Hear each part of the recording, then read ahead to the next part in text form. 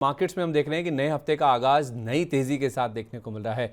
शुक्रवार को जब बाजार बंद हुए थे तब ऐसा लग रहा था कि बाजार सोमवार को भारी गिरावट के साथ खुलेंगे, क्योंकि कुछ मूड माहौल ही ऐसा था। लेकिन अब जो डेवलपमेंट्स हुए हैं यूएस और ईरान के बीच में, उससे काफ़ी राहत की बात है। निफ्टी एक बार दिखा दीजिए, फिर मैं आपको बताता हूँ कि क्या क्या डेवलपमेंट्स हुए हैं। और 19 और 21 जून के बीच में जो वीकेंड था, शुक्रवार शनिवार को क्या क्या गुजरा है, क्या क्या हुआ है, जिसके बाद आज हम यहाँ तक पहुँचे जब हमने एक gap up opening Indian markets में बनती हुई देखी है। तो निफ्टी में आप देखिए 24,150 के ऊपर फिलहाल कारोबार हो रहा है। 150 पॉइंट के आसपास की बढ़त के साथ आपको बाजार डे हाई के आसपास ट्रेड करता हुआ नजर आएगा। क्या क्या घटा है जल्दी से देखिए एक बार, जिस वजह से ये बाजार में हम देख रहे हैं कि आज तेजी देखने को मिल रही है। यूएस और ईरान के बीच में पहले दौर की बातचीत होनी थी जिनेवा में, यानी कि स्विट्जरलैंड में।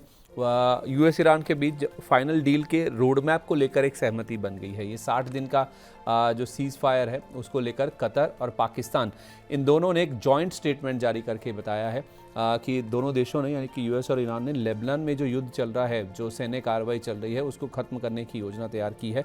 और इनफैक्ट जो ईरान के विदेश मंत्री हैं अरागची साहब, उन्होंने ऐसा कहा है कि लेबनान में युद्ध खत्म करने को लेकर काफ़ी मेजर प्रोग्रेस हो चुका है। तो इन्हीं बयानों के दम पर हमने देखा कि आज गिफ्ट निफ्टी में अच्छी बढ़त के साथ ट्रेड के इंडिकेशन थे और हमारे मार्केट्स में ज़बरदस्त शुरुआत देखने को मिली है। और 19 से 21 जून के दौरान हमने देखा काफ़ी सारा ड्रामा हुआ। ट्रम्प साहब ने एक धमकी भी दी, आपको सब ये स्क्रीन के ऊपर चलते हुए नजर आ जाएंगे कि ट्रम्प साहब ने क्या क्या कहा और उसके बाद फिर ईरान की प्रतिक्रिया क्या थी। लेकिन हमारे लिए इंपॉर्टेंट ये है, वो कहते हैं ना कि ऑल्स वेल दैट एंड्स वेल, तो वही हुआ है कि दोनों देशों के बीच में फाइनली सहमति बन गई, जिसमें कतर और पाकिस्तान, दो देशों ने मध्यस्थता की है और फाइनली अब डील को लेकर सहमति बनती हुई दिखी है।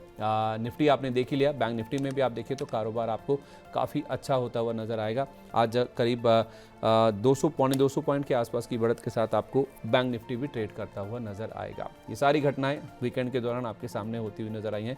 चलिए इन घटनाओं पर बातचीत करते हैं। हमारे साथ दो खास मेहमान मौजूद हैं। हमारे साथ एसआर वेल्थ रिसर्च के लोकेश सेठिया जी हैं और उसके साथ साथ निर्वेंटर्स रिसर्च के फाउंडर वरुण एन जोशी जी भी कार्यक्रम में शामिल हो चुके हैं। आप दोनों का ही बहुत स्वागत है मनी 9 पर। Very good morning to both of you. Sandeep ji good morning, Lokesh ji को भी गुड मॉर्निंग। लोकेश सर, नमस्कार जी वरुण जी, नमस्कार जी।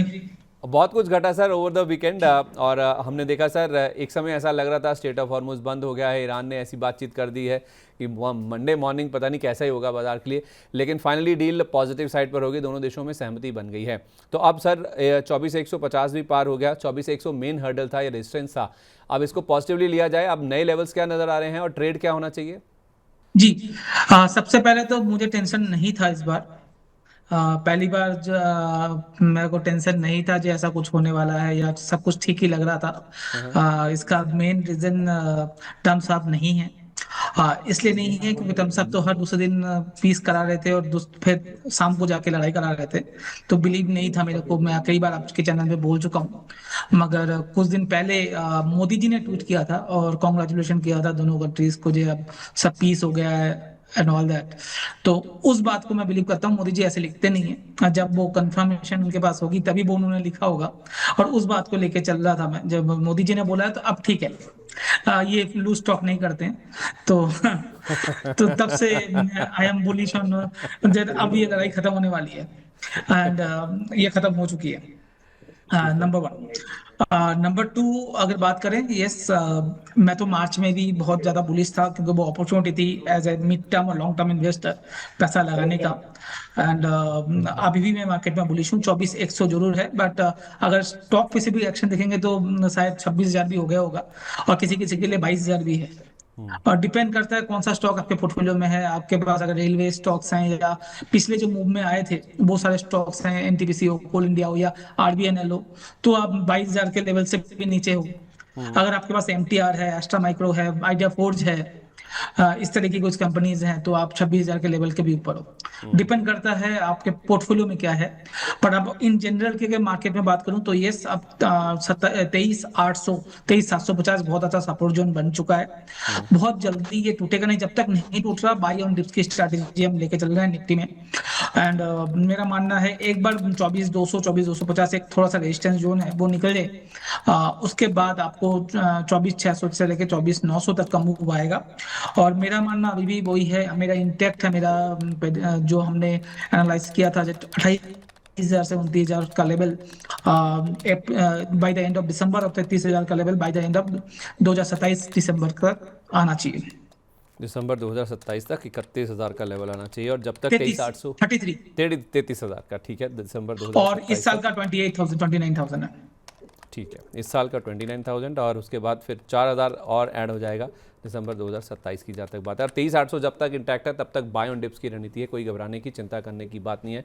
अगर 24,200 24,250 पार हो गए तो फिर तो आप 24,600 24,900 की भी एक्सपेक्टेशन रख सकते हैं। वरुण जी, आप भी इत्तेफाक रखते हैं इससे? संदीप जी गुड मॉर्निंग, हमारी टीम को और लोकेश जी को। देखिए संदीप जी, यहाँ पर मेरा जो व्यू है शॉर्टर टर्म व्यू, और मैं थोड़ा कंस्ट्रक्टिव वे में जाऊँगा।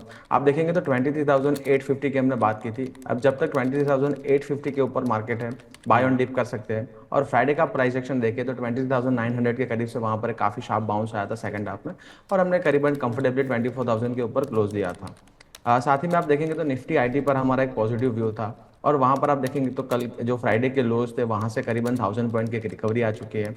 और वहाँ पर जो भी स्टॉक्स हमने बताए थे, कोफोर्स, टीसीएस, पर्सिस्टेंट सिस्टम, ओएफएस आप देखेंगे तो निफ्टी आईटी करीबन 5% डाउन क्लोज हुआ था, ओएफएस करीबन 2.5% अप क्लोज हुआ था। तो स्ट्रेंथ वहाँ पर स्टॉक्स में बनी हुई है, और सिलेक्टिव स्टॉक्स में हमारा जो पॉजिटिव रुझान था वहाँ पर आप निफ्टी आईटी देखेंगे तो वहाँ पर भी एक बॉटम आउट प्रोसेस चल रहा है। निफ्टी बैंक की अगर हम बात करें तो निफ्टी बैंक के अंदर आप देखिए नीचे के जोन से काफ़ी अच्छी रिकवरी आ चुकी है। अब 57,800 से लेके 58,240 250 वहां पर एक रेजिस्टेंस जोन है, और वहां पर एक हडल है। अगर यहाँ पर एक टाइट एंड में कंसोलिडेशन होता है निफ्टी बैंक के अंदर तो एक अच्छा ब्रेकआउट और अच्छा खरीदारी का मौका मिल सकता है, या फिर कोई नीचे की तरफ गिरावट आती है करीबन 56,500 से 800 के बीच में, तब 56,350 के स्टॉप लॉस से हम एंटर करेंगे। हाल फिलहाल निफ्टी बैंक पर हम अवॉइड करेंगे। साथ ही में आप देखेंगे तो जो सेक्टर रोटेशन हो रहा है काफ़ी बढ़िया हो रहा है। तो निफ्टी डिफेंस की हमने बात की थी, निफ्टी डिफेंस ने लास्ट वीक काफ़ी अच्छा कैंडल क्लोज दिया था, और करीबन 9500 के ऊपर क्लोज दिया था। अब निफ्टी डिफेंस के चलने के अंदर आप देखेंगे तो जो प्राइवेट स्टॉक्स थे जैसे पास डिफेंस, एपोलो, माइक्रो सिस्टम, आप देखिए एमटा टेक्नोलॉजी, वहां पर स्टॉक्स ने काफ़ी अच्छा परफॉर्मेंस दिया।